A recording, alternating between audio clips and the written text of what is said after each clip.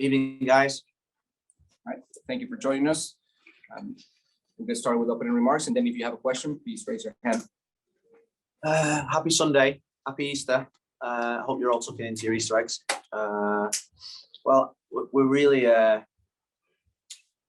happy and proud of the players to come to a place like Seattle with great history and such a tough place to come and really grind out an away performance. I think my reflection from last week was I think everyone that I spoke to, probably from outside the club and from inside the club, was a different kind of feeling after the New England game. A different kind of feeling to what they saw, but more importantly, about how they felt watching and how they felt playing. And what I challenged the team before the game is that we've got to keep that feeling. And we spoke about what that feeling was and how we got that feeling. And I think what you saw today was a continuation of the work that's required to become a good team, the work that's required to have a real clear identity. And I think that's two 3 points, 2 wins on the bounce now against the Eastern Conference champions and probably the best team in the Western Conference. So that should give us confidence, and that should give us massive learning and growth to keep believing in that growth of our identity. I've got to mention a couple of players. I thought Mabika was outstanding. I thought Bryce Duke, when he came on, which showed us why we really believe in him. Mo Adams as well, and Leo Campagna again was someone that I think is going to have a big future at this football club. So sorry to keep you waiting. We'll get started with questions now. As a reminder, 1 question per turn. We'll get started with $7.90 the ticket, then Michelle Kaufman. Wanted to start first with the defending of Damian Lowe and Ayman Mabika. It seemed like they were always well placed to cut out crosses. What can you say about their performance and how the team overall defended? It's the first clean sheet since the opening day of the season. Yeah, second clean sheet of the season. Defended crosses really well. Positions from crosses really, really good. Wasn't happy with them last week against New England. Think about the first goal when we conceded from a cross. We worked hard on that. I think what we're seeing a partnership developing. It's in its early stages, and they've got to keep playing together. And the whole back four now are beginning to understand, each other and the movements and blocking of crosses and covering each other. And Nick Marsman helps with that. He's been outstanding since he came back in. Look at the control that he gave the back four in the first half in possession.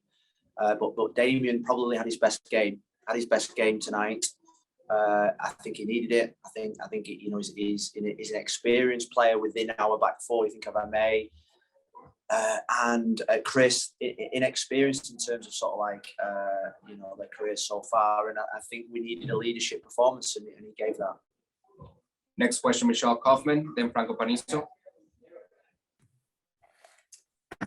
Hi, Phil. Congratulations and happy Easter to you. Happy Easter. I want to ask you about Robbie. You've been, I know I always ask about Robbie, but he's obviously a really key player. There was so much expectations from him in the last couple of years, and you've always had a special interest in him and trying to get him to a different level.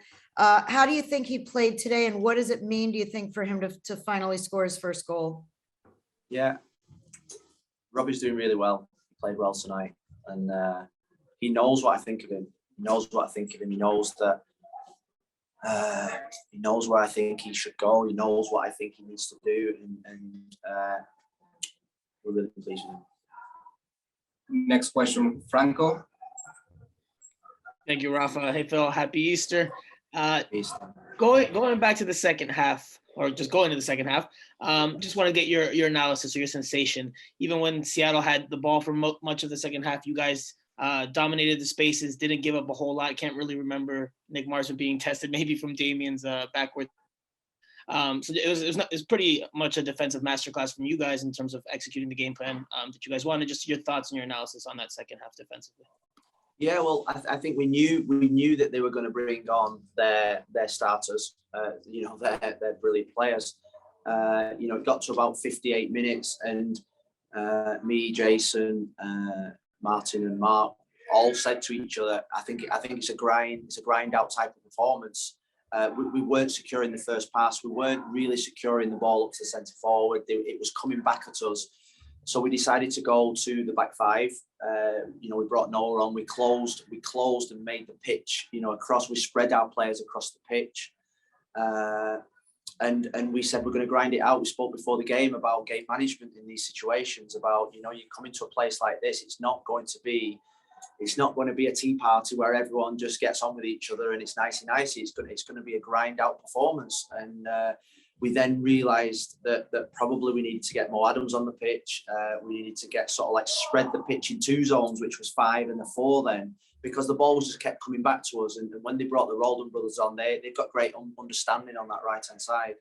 And we just went into grind out. And I think what we had 15, 16 players doing their job. We had 15, 16 players all sticking to the game plan. We had 15, 16 players that when they gave the ball away, they fought like mad to get it back. And we had 15, 16 players that showed that they wanted to fight for Inter Miami.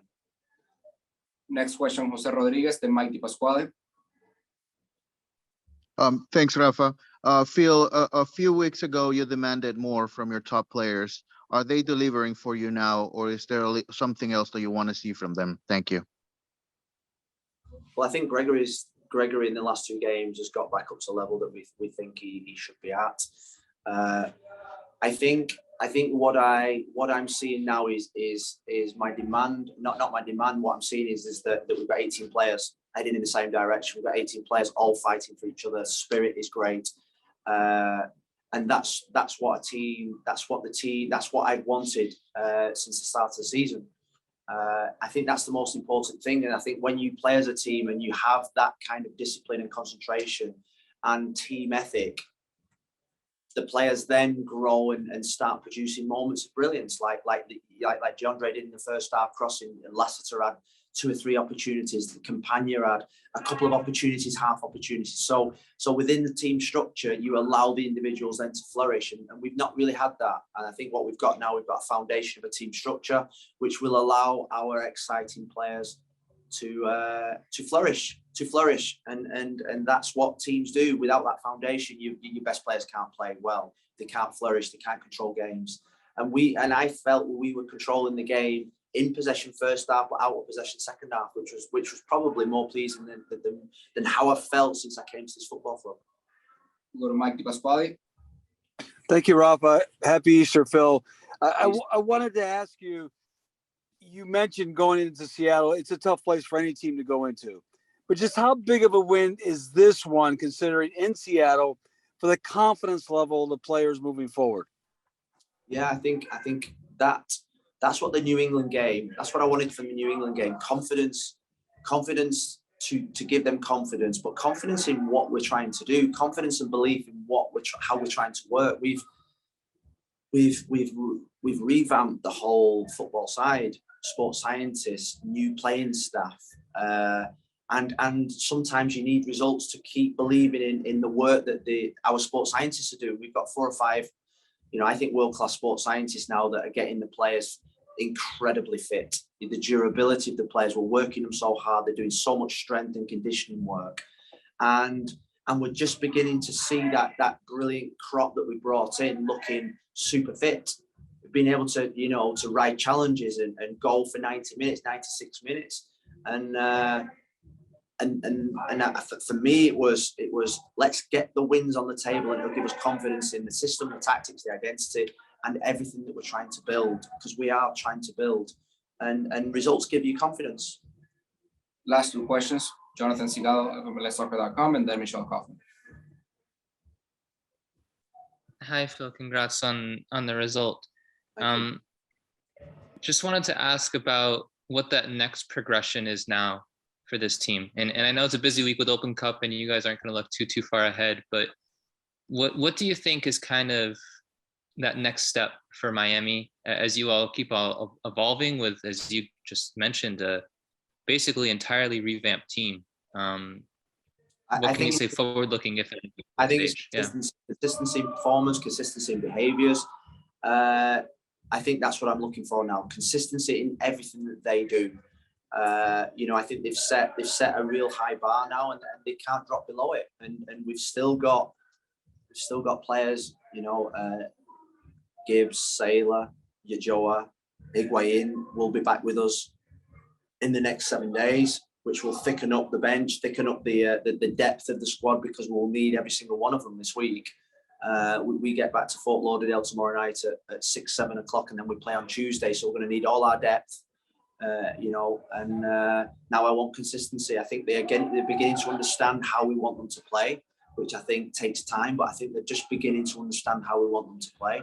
And now it's to keep taking it to the other level of scoring goals, attacking football, keeping our identity strong, and taking baby steps forward. We've got 7 points. Still not enough for where we want to be or where we want to finish. So we just need consistency now in our performances and results.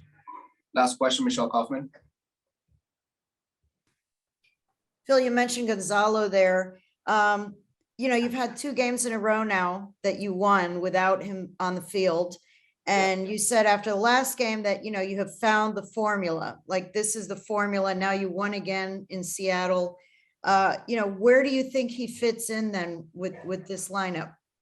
Well, he's obviously got to get fit, get back into full training.